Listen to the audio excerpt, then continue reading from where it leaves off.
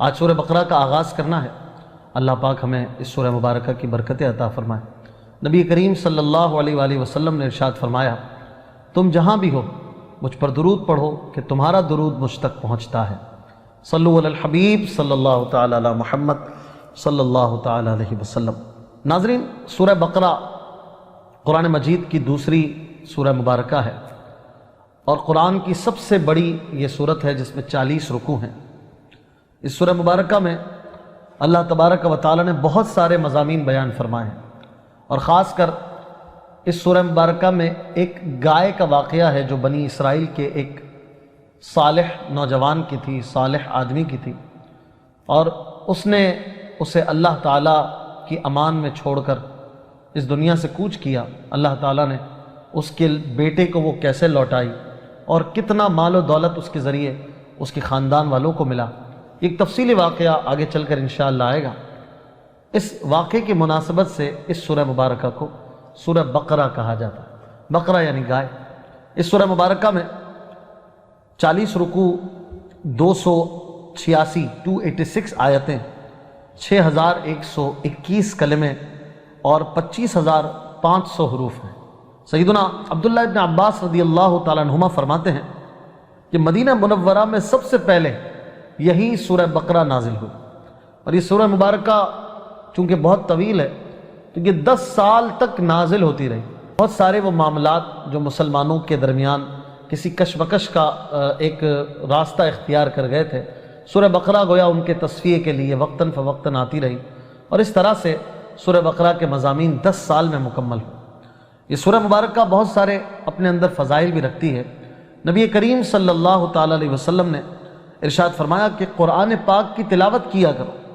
کیونکہ وہ قیامت کے دن اپنی تلاوت کرنے والوں کی شفاعت کرے گا۔ اور 2 روشن صورتیں یعنی سورہ بقرہ اور سورہ آل عمران پڑھا کرو،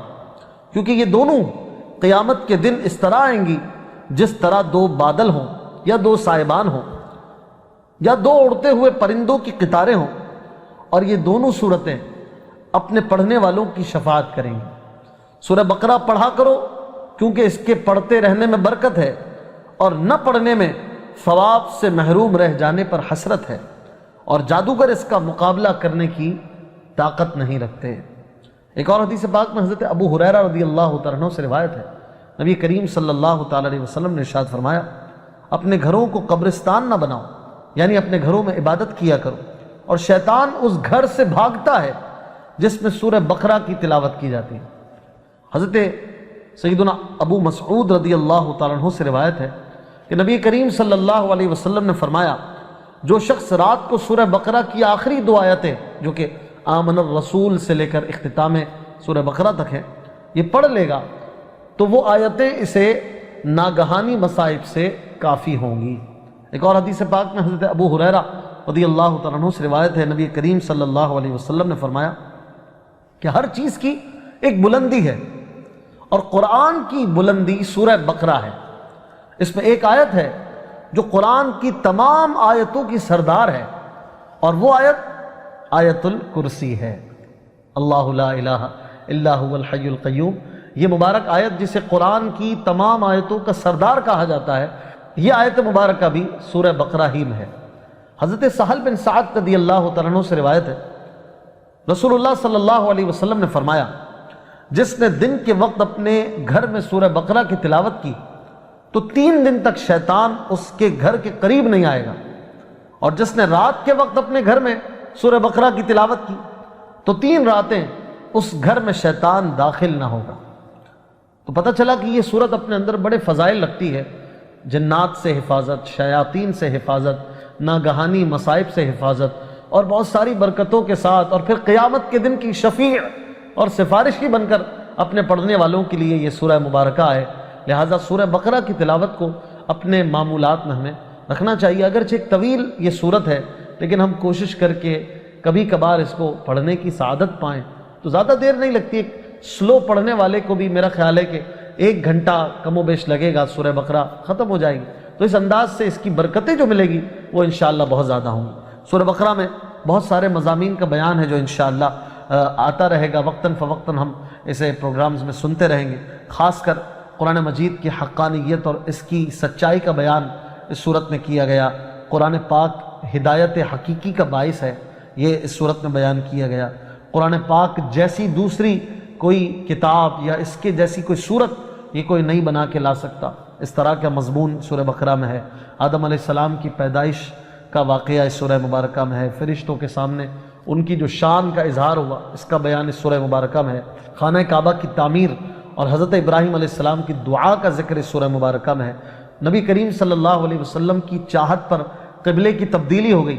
اس مضمون کا بھی بیان سورہ بقرہ میں ہے۔ عبادات اور معاملات جیسے نماز، زکوٰۃ، رمضان کے روزے، خانہ کعبہ کا حج، راہ خدا میں جہاد اور دیگر دینی معاملات میں قمری مہینوں پر اعتماد وغیرہ کے حوالے سے بھی معاملات اس صورت میں بیان کیے گئے۔ طلاق، رضاعت، نکاح، یتیموں کے ساتھ سلوک، والدین کے ساتھ سلوک، رشتہ داروں کے ساتھ سلوک، اسی طرح بیویوں کے ساتھ سلوک کے حوالے سے، لوگوں کے مال ناحق نہ کھانے کے حوالے سے، شراب، سود، جوا اور دیگر عورتوں کے جو ماہواری کے مسائل ہوتے ہیں یہ بھی اس صورت میں خاص طور پر بیان کیے گئے ہیں۔ تابوت سکینہ کا بھی واقعہ اس سورہ مبارکہ میں ہے، جالوت کا واقعہ اس صورت میں ہے، حضرت عزیر علیہ السلام کا اور حضرت ابراہیم علیہ السلام کا بڑا ہی پیارا واقعہ تیسرے پارے اور سورہ بقرہ کی اختتامی جگہوں پر آتا ہے۔ اسی طرح اس سورہ مبارکہ میں سود کے خلاف ایک زبردست سمجھیے کہ پورا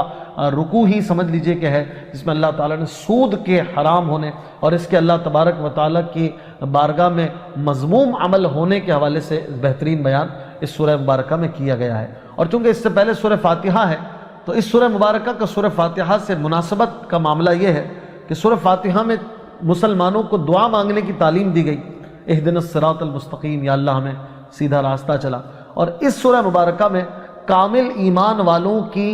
جو تعریف ہے، جو ان کے اوصاف ہیں وہ بیان کیے گئے، مشرکین، منافقین اور اس طرح کے اللہ تعالیٰ کے دشمنوں کی نشانیاں جو ہیں وہ کھول کھول کر بیان کی گئی ہیں۔ شروع کرتے ہیں، بسم اللہ الرحمن الرحیم، اللہ کے نام سے شروع جو نہایت مہربان رحمت والا ہے۔ الف لام میم، اس کا جو ترجمہ ہے یا اللہ تعالیٰ جانے اور اس کے بتائے سے اس کے حبیب صلی اللہ علیہ وآلہ وسلم جانتے ہیں۔ اور اس طرح کے جو الفاظ ہیں الف لام میم جیسے کہ ہے، اس طرح قرآن پاک کی 114 صورتوں میں سے 29 صورتیں ہیں، 29 صورتیں ہیں جن کے شروع میں اس طرح کے ورڈز، اس طرح کے حرف آتے ہیں کہ جن کو حروف مقطعات کہا جاتا ہے۔ اور یہ حروف مقطعات کیا ہیں؟ ان کے بارے میں سب سے قوی قول یہ ہے کہ اللہ تعالیٰ کے رازوں میں سے راز ہیں اور متشابہات میں سے ہیں، ان کی مراد اللہ تعالیٰ جانتا ہے اور ہم ان کے حق ہونے پر ایمان لاتے ہیں۔ یہاں یہ بات یاد رہے کہ اللہ تعالیٰ نے اپنے حبیب صلی اللہ علیہ وسلم کو حروف مقطعات کا علم عطا فرمایا ہے، اور یہ بات دلائل کے ساتھ ثابت ہے۔ امام احمد رضا خان رحمۃ اللہ تعالی علیہ فرماتے ہیں کہ قاضی بیضاوی رحمۃ اللہ علیہ انوار التنزیل میں سورتوں کے ابتدا میں واقع حروف مقطعات کے بارے میں فرماتے ہیں، ایک قول یہ ہے کہ یہ ایک راز ہے جسے اللہ تعالیٰ نے اپنے علم کے ساتھ مخصوص کیا ہے، اور ایسی ہی روایات خلفائے اربعہ اور دیگر صحابہ اکرام رضی اللہ تعالیٰ عنہم سے بھی مروی ہے، اور ممکن ہے کہ صحابہ اکرام نے یہ مراد لیا ہو کہ یہ حروف اللہ اور اس کے رسول کے درمیان راز و نیاز کی باتیں ہیں، اور یہ ایسے اسرار و رموز ہیں جنہیں دوسرے کو سمجھانا مقصود نہیں۔ اگر یہ راز حضور اقدس صلی اللہ علیہ وآلہ وسلم کو بھی معلوم نہ ہو تو پھر یہ غیر مفید کلام ہو، یعنی جس کی طرف بھیجا جا رہا ہے اسی کو نہیں پتا کہ اس کا کیا مطلب ہے، تو یہ خطاب پھر بیکار ہو جائے گا معاذ اللہ۔ اور قرآن پاک میں کوئی چیز بیکار نہیں ہے، لہٰذا یہ بات واضح ہو گئی کہ نبی کریم صلی اللہ علیہ وسلم ان حروف مقطعات کا معنی جانتے ہیں۔ علامہ محمود آلوسی رحمۃ اللہ تعالی علیہ فرماتے ہیں حروف مقطعات کے بارے میں کہ غالب گمان یہ ہے کہ یہ مخفی علم ہے اور سربستہ راز ہے جن کے ادراک سے علماء عاجز ہیں اور خیالات اس تک پہنچنے سے قاصر ہیں، اور اسی وجہ سے حضرت ابو بکر صدیق رضی اللہ تعالیٰ عنہ نے فرمایا کہ ہر کتاب کے راز ہوتے ہیں اور قرآن مجید کے راز یہ حروف مقطعات ہیں۔ اور امام شعبی رحمۃ اللہ تعالی علیہ فرماتے ہیں یہ حروف اللہ تعالیٰ کے اسرار ہیں، یہ اللہ کے راز ہیں، تو ان کا کھوج نہ لگاؤ، کیونکہ رسول اللہ صلی اللہ علیہ وآلہ وسلم کے بعد ان کی معرفت آپ کے علوم کے وارث اولیاء اکرام کو ہے، انہیں اسی بارگاہ سے ان اسرار کی معرفت حاصل ہوتی ہے، اور کبھی یہ حروف خود انہیں اپنا معنی بتا دیتے ہیں، جیسے نبی کریم صلی اللہ علیہ وآلہ وسلم کے ہاتھوں میں کنکریوں نے تسبیح کے ذریعے کلام کیا، اور گوہ اور ہرن حضور اقدس صلی اللہ تعالی علیہ وسلم سے ہم کلام ہوئے۔ اہل بیت سے یہ بات حروف مقطعات کا علم ہونا صحت سے ثابت ہے، بلکہ جب کوئی بندہ قرب نوافل کے درخت کا پھل چنتا ہے تو وہ ان حروف کو اور اس کے علاوہ کے علم کو اللہ تعالیٰ کے علم کے ذریعے جان لیتا ہے۔ تو بہرحال یہ بات واضح ہو گئی کہ پیارے آقا صلی اللہ علیہ وآلہ وسلم اللہ کے ان رازوں کو جانتے ہیں، اور یہ اللہ تعالیٰ اور اس کے حبیب صلی اللہ علیہ وسلم کے مابین ایسی راز کی باتیں ہیں کہ جو خاص لوگوں کو بھی حضور کے صدقے میں پتہ چلتی ہیں، اور انہیں بھی اس کا علم دیا جاتا ہے۔ چونکہ قرآن پاک میں جا بجا یہ حروف مقطعات آتے ہیں، اس لیے ہم نے اس کی کچھ تفصیل صراط الجنان سے سنی۔ آگے اللہ پاک ارشاد فرماتا ہے ذَلِكَ الْكِتَابُ لَا رَيْبَ فِيهِ هُدًى لِّلْمُتَّقِينَ۔ ترجمہ: وہ بلند رتبہ کتاب جس میں کسی شک کی گنجائش نہیں، اس میں ڈرنے والوں کے لیے ہدایت ہے۔ اس آیت کے شروع میں لفظ ہے لا ریب، یعنی کوئی شک نہیں۔ آیت کے اس حصے میں قرآن مجید کا ایک وصف اور قرآن کی شان بیان کی گئی کہ یہ قرآن پاک ایسی کتاب ہے کہ جس میں شک کی کوئی گنجائش ہی نہیں ہے، کیونکہ شک اس چیز میں ہوتا ہے جس کی حقانیت پر کوئی دلیل نہ ہو، جبکہ قرآن پاک اپنی حقانیت اور سچائی میں ایسی واضح اور مضبوط دلیلیں رکھتا ہے جو ہر صاحب انصاف اور عقل مند انسان کو اس بات کا یقین کرنے پر مجبور کر دیتی ہیں کہ یہ کتاب سچی کتاب ہے اور اللہ تعالیٰ کی طرف سے ہی نازل ہوئی ہے۔ تو جیسے کسی اندھے کے انکار سے سورج کا وجود مشکوک نہیں ہوتا، ایسے ہی کسی بے عقل مخالف کے شک اور انکار کرنے سے یہ کتاب مشکوک نہیں ہو سکتی۔ مزید فرمایا اللہ تعالیٰ نے کہ ہدی للمتقین، ڈرنے والوں کے لیے یہ ہدایت ہے۔ قرآن مجید کا یہ بھی ایک وصف ہے کہ یہ کتاب تمام لوگوں کو حق کی طرف ہدایت دیتی ہے۔ ہدایت تو سب کے لیے ہے، جو ڈرنے والے ہیں یا جو لوگ نہیں بھی ڈرتے، لیکن ہدایت حاصل ڈرنے والے کرتے ہیں۔ یاد رہے کہ قرآن پاک کی ہدایت اور رہنمائی اگرچہ مومن اور ہر کافر شخص کے لیے عام ہے، جیسا کہ اللہ تعالیٰ نے قرآن کے لیے دوسرے مقام پر فرمایا ہدی للناس، یہ سارے لوگوں کے لیے ہدایت، لیکن قرآن پاک سے حقیقی نفع یہ وہی حاصل کرتے ہیں جو ایمان والے ہیں اور جو اللہ سے ڈرتے ہیں، جو متقی ہیں۔ اس لیے فرمایا گیا کہ یہ متقین کے لیے ہدایت ہے۔ یہاں پر تقوی کی بات کی گئی۔ ناظرین، تقوی کیا ہے؟ تقوی کے مختلف معانی علماء اکرام نے بیان فرمائے ہیں۔ ایک معنی یہ ہے کہ نفس کو خوف کی چیز سے بچانا، اور شریعت کی اصطلاح میں تقوی کا معنی یہ ہے کہ نفس کو ہر اس کام سے بچانا جسے کرنے یا نہ کرنے سے کوئی شخص عذاب کا مستحق ہو، جیسے کفر و شرک، کبیرہ گناہوں، بے حیائی کے کاموں سے اپنے آپ کو بچانا، حرام چیزوں کو چھوڑ دینا اور فرائض کو ادا کرنا۔ اور بزرگان دین نے یوں بھی فرمایا ہے کہ تقوی یہ ہے کہ تیرا خدا تجھے وہاں نہ پائے جہاں اس نے منع فرمایا ہے۔ کیا بات ہے، سبحان اللہ، کہ اللہ تبارک و تعالی نے جہاں ہمیں پسند فرمایا کہ ہم وہاں ہوں یا اس کام میں ہوں، ہم وہ کام کریں گے، تقوی ہے۔ اور جہاں پسند نہیں فرمایا، جس جگہ جانا پسند نہیں فرمایا اور جس کام میں لگنا پسند نہیں فرمایا، اسے چھوڑ دیں، یہ تقوی ہے۔ اللہ تعالیٰ نے قرآن مجید میں تقوی والوں کے لیے بڑے فضائل اور ان کی شانیں بیان فرمائی ہیں۔ ایک مقام پر اللہ تعالیٰ فرماتا ہے یا ایھا الذین آمنوا اتقوا اللہ حق تقاتہ ولا تموتن الا وانتم مسلمون، یعنی اے ایمان والو، اللہ سے ڈرو جیسا اس سے ڈرنے کا حق ہے، اور ضرور تمہیں موت صرف اسلام کی حالت میں آئے۔ ایک اور مقام پر فرمایا یا ایھا الذین آمنوا اتقوا اللہ وقولوا قولا سدیدا یصلح لکم اعمالکم ویغفر لکم ذنوبکم ومن یطع اللہ ورسولہ فقد فاز فوزا عظیما، یعنی اے ایمان والو، اللہ سے ڈرو اور سیدھی بات کہا کرو، اللہ تمہارے اعمال تمہارے لیے سنوار دے گا اور تمہارے گناہ بخش دے گا، اور جو اللہ اور اس کے رسول کی فرما برداری کرے اس نے بڑی کامیابی پالی۔ حضرت ابو سعید رضی اللہ تعالیٰ عنہ سے روایت ہے، نبی کریم صلی اللہ تعالیٰ علیہ وسلم نے فرمایا تمہارا رب ایک ہے، تمہارا باپ ایک ہے، اور کسی عربی کو عجمی پر فضیلت نہیں ہے، عجمی کو عربی پر فضیلت نہیں ہے، نہ گورے کو کالے پر فضیلت ہے، نہ کالے کو گورے پر فضیلت ہے، مگر صرف تقوی سے،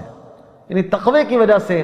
فضیلت کے معیار جو ہیں وہ اسلام میں دیکھے جاتے ہیں۔ ایک اور حدیث پاک میں نبی کریم صلی اللہ علیہ وسلم نے بڑی پیاری بات ارشاد فرمائی کہ تمہارا رب فرماتا ہے اس بات کا مستحق میں ہی ہوں کہ مجھ سے ڈرا جائے، جو مجھ سے ڈرے گا تو میری شان یہ ہے کہ میں اسے بخش دوں۔ اور تقوی حقیقت میں اللہ سے ڈرنا ہے، اللہ سے ڈرنے کا نام تقوی ہے، اور اللہ کے ڈر سے بندہ اس کے ممنوعات کو چھوڑ دے، حرام کاموں کو چھوڑ دے، اور اس کی رضا کے لیے اور اس کی محبت کے لیے بندہ نیک کام کرے، گویا یہ اس نے تقوی کو حاصل کرنے کی کوشش کی۔ اسی طرح تقوی کے مدارج بھی ہیں، درجات بھی ہیں اور اقسام بھی ہیں، جیسا کہ امام احمد رضا خان رحمۃ اللہ تعالی علیہ تقوی کی 7 قسمیں بیان فرماتے ہیں کہ کفر سے بچنا، بد مذہبی سے بچنا، کبیرہ گناہ سے بچنا، صغیرہ گناہ سے بچنا، شبہات سے بچنا، نفسانی خواہشات سے بچنا، اللہ تعالیٰ سے دور لے جانے والی ہر چیز کی طرف توجہ کرنے سے بچنا۔ یہ 7 درجات ہیں، اور یہ 7 درجات جب کسی کو حاصل ہو جاتے ہیں تو وہ کمال کا متقی بن جاتا ہے۔ اللہ تعالیٰ ہمیں متقی اور پرہیزگار بنا دے۔ آگے ارشاد فرمایا الذین یؤمنون بالغیب ویقیمون الصلاة ومما رزقناہم ينفقون۔ ترجمہ: وہ لوگ جو بغیر دیکھے ایمان لاتے ہیں اور نماز قائم کرتے ہیں اور ہمارے دیے ہوئے رزق میں سے کچھ ہماری راہ میں خرچ کرتے ہیں۔ یہاں سے لے کر آگے کی 3 آیتیں مومنین کی نشانیوں اور ان کے اوصاف کے بیان پر مشتمل ہے، اور اس کے بعد آگے پھر اللہ تعالیٰ نے کچھ کفار کے حوالے سے بتایا، اور پھر آگے کی تقریباً 13 آیتیں جو ہیں وہ منافقین کی نشانیوں اور ان کے برے کاموں کے بیان کے متعلق ہیں، جو تفصیل سے انشاءاللہ آگے آئیں گی۔ اللہ تبارک و تعالیٰ نے مسلمانوں کی اور متقین کی یہ نشانی بیان فرمائی کہ متقی وہ ہیں کہ جو بغیر دیکھے ایمان لاتے ہیں، یعنی وہ ان تمام چیزوں پر ایمان لاتے ہیں جو ان کی نگاہوں سے پوشیدہ ہیں، اور نبی صلی اللہ علیہ وسلم نے ان کے بارے میں خبر دی ہے، جیسے مرنے کے بعد دوبارہ زندہ کیا جانا، قیامت کا قائم ہونا، اعمال کا حساب ہونا، جنت اور جہنم وغیرہ۔ ایک قول یہ بھی ہے کہ یہاں غیب سے قلب یعنی دل مراد ہے۔ اس صورت میں آیت کے معنی یہ ہوں گے کہ وہ دل سے ایمان لاتے ہیں۔ اس آیت میں ایمان اور غیب کا ذکر ہوا، اس لیے اس سے متعلق چند اہم باتیں سماعت فرمائیں۔ ایمان اسے کہتے ہیں کہ بندہ سچے دل سے ان سب باتوں کی تصدیق کرے جو ضروریات دین میں داخل ہیں، اور کسی ایک ضرورت دینی کے انکار کو کفر کہا جاتا ہے۔ اسی طرح عمل ایمان میں داخل نہیں ہوتے، اسی لیے قرآن پاک میں ایمان کے ساتھ عمل کا الگ سے ذکر کیا جاتا ہے، جیسے اس آیت میں بھی ایمان کے بعد نماز اور صدقے کا علیحدہ ذکر کیا گیا۔ اسی طرح غیب وہ ہے جو ہم سے پوشیدہ ہو اور ہم اپنے حواس جیسے دیکھنے، چھونے وغیرہ سے اور بدیہی طور پر عقل سے اسے معلوم نہ کر سکے۔ اسی طرح یہ بھی پتہ چلا کہ غیب کی 2 قسمیں ہیں۔ نمبر 1، جس کے حاصل ہونے پر کوئی دلیل نہ ہو، یہ علم غیب ذاتی ہے اور اللہ تعالیٰ کے ساتھ خاص ہے، اور جن آیات میں غیر اللہ سے علم غیب کی نفی کی گئی ہے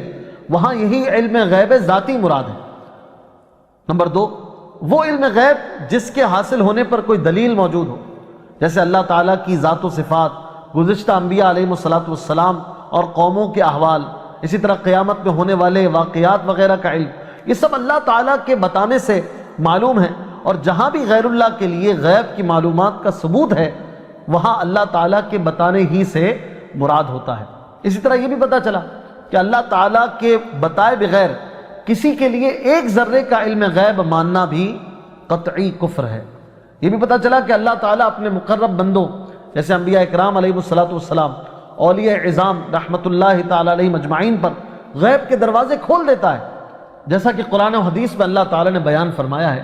نیز اس آیت میں نماز کے قائم کرنے کا بھی حکم دیا گیا، اور نماز کے قائم کرنے والوں کی تعریف کی گئی، اور فرمایا کہ متقی وہ ہیں جو نماز قائم کرتے ہیں۔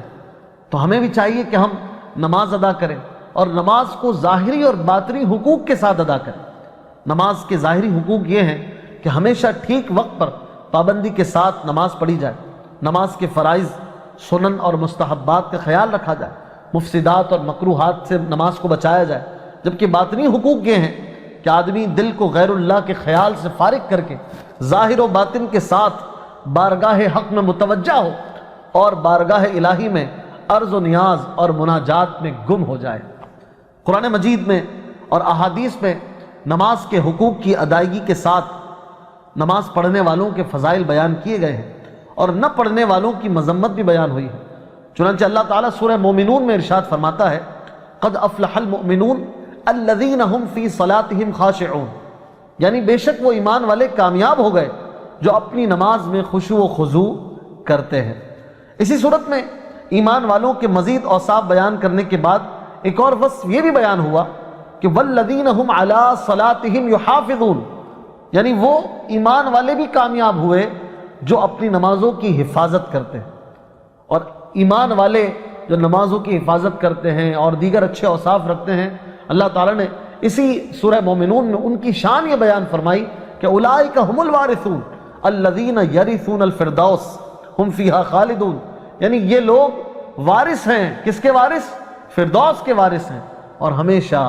اس میں رہیں گے۔ اور نماز میں سستی کرنے والوں کے لیے اللہ تعالیٰ فرماتا ہے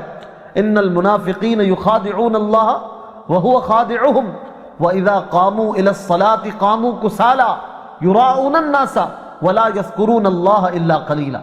بے شک منافق لوگ اپنے گمان میں اللہ کو فریب دینا چاہتے ہیں اور وہی انہیں غافل کر کے مارے گا، اور جب نماز کے لیے کھڑے ہوتے ہیں تو بڑے سست ہو کر لوگوں کے سامنے ریاکاری کرتے ہوئے کھڑے ہوتے ہیں اور اللہ کو بہت تھوڑا یاد کرتے ہیں۔ تو یہ منافقین کی مذمت میں بیان کیا گیا، اور مسلمان مومن کو چاہیے کہ اپنے اندر سے اس وصف کو نکالے جو منافقین کے لیے بیان کیا گیا۔ حضرت عثمان غنی رضی اللہ تعالیٰ عنہ فرماتے ہیں سرکار دو عالم صلی اللہ علیہ وسلم نے ارشاد فرمایا جس نے میرے اس وضو کی طرح وضو کیا پھر اس طرح 2 رکعت نماز پڑھی کہ ان میں خیالات نہ آنے دے تو اس کے پچھلے گناہ بخش دیے جائیں گے۔ ایک اور حدیث پاک میں ہے رسول اللہ صلی اللہ علیہ وسلم نے فرمایا جس نے نماز پر مداومت کی، یعنی اسے ہمیشہ پڑھتا رہا، تو قیامت کے دن وہ نماز اس کے لیے نور، برہان اور نجات ہوگی، اور جس نے نماز کی محافظت نہ کی تو اس کے لیے نہ نور ہے، نہ برہان ہے، نہ نجات، اور وہ قیامت کے دن قارون، فرعون، حامان اور ابی بن خلف کے ساتھ ہو۔ ایک اور حدیث پاک میں حضرت ابو سعید خدری رضی اللہ تعالیٰ عنہ سے روایت ہے حضور علیہ الصلوۃ والسلام نے ارشاد فرمایا جس نے جان بوجھ کر نماز چھوڑ دی تو جہنم کے اس دروازے پر اس کا نام لکھ دیا جائے گا جس سے وہ داخل ہوگا۔ اللہ تعالیٰ سے دعا کرتے ہیں کہ وہ ہمیں نماز کی سعادت اور نماز پر استقامت عطا فرمائے۔ اس آیت مبارکہ میں اللہ تعالیٰ کی راہ میں خرچ کرنے کی بھی فضیلت مسلمانوں کی بیان کی گئی کہ وہ متقی ایسے ہیں کہ جو اللہ کی راہ میں خرچ کرتے ہیں، اور اللہ کی راہ میں خرچ کرنے سے مراد صدقہ کرنا، زکوٰۃ دینا، غریبوں، مسکینوں، یتیموں، طلباء، علماء، مساجد وغیرہ کے لیے اللہ تعالیٰ کی راہ میں مال خرچ کرنا، یہ سب اس میں داخل ہے۔ اپنے فوت شدگان کے ایصال ثواب کے لیے خرچ کرنا یہ بھی اس میں داخل ہے۔ اور قرآن پاک میں اور احادیث مبارکہ میں جا بجا اللہ تعالیٰ کی راہ میں خرچ کرنے والوں کے فضائل بیان کیے گئے ہیں۔ اللہ تعالیٰ سے دعا ہے کہ وہ ہمیں قرآن پاک سمجھنے اور اس پر عمل کرنے کی توفیق عطا فرمائے۔